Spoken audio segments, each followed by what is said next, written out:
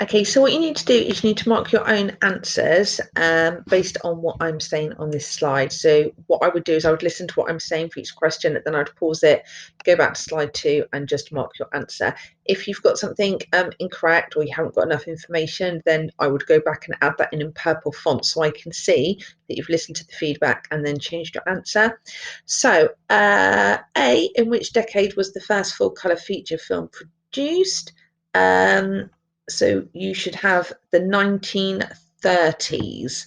Okay, so if you wrote the 1930s, you get 1 mark. If you've put anything else at all, you don't get the mark.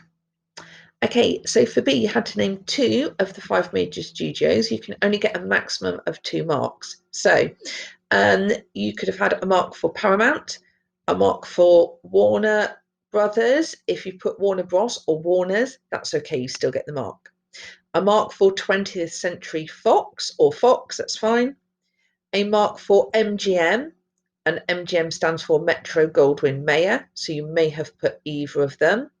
MGM was actually known as Loews, spelled Loew, just before the start of the 1940s, so the exam board accepted that as well. And then the 5th studio was RKO, otherwise known as Radio Keith Orpheum. Okay, so those were the 5 studios, and you could have a mark for either one of those.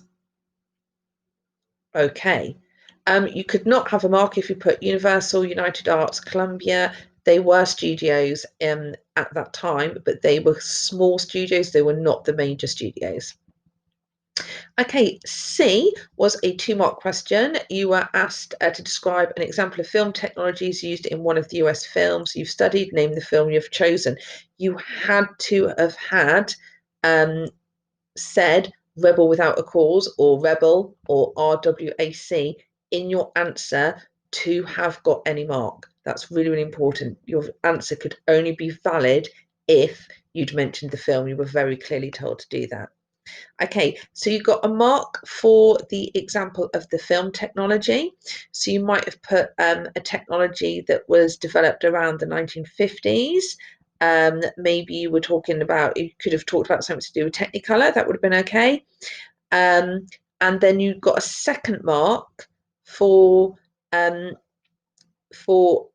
describing how it was used in the film. So you're looking for 2 things for the 2 marks there. 1 for what the technology was, and the second mark for how the technology is used.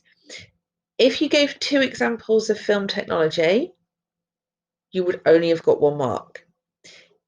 If you just said the name of the technology and then gave lots of reasons how it was used or lots of examples of how it was used, you would still have only got the 2 marks.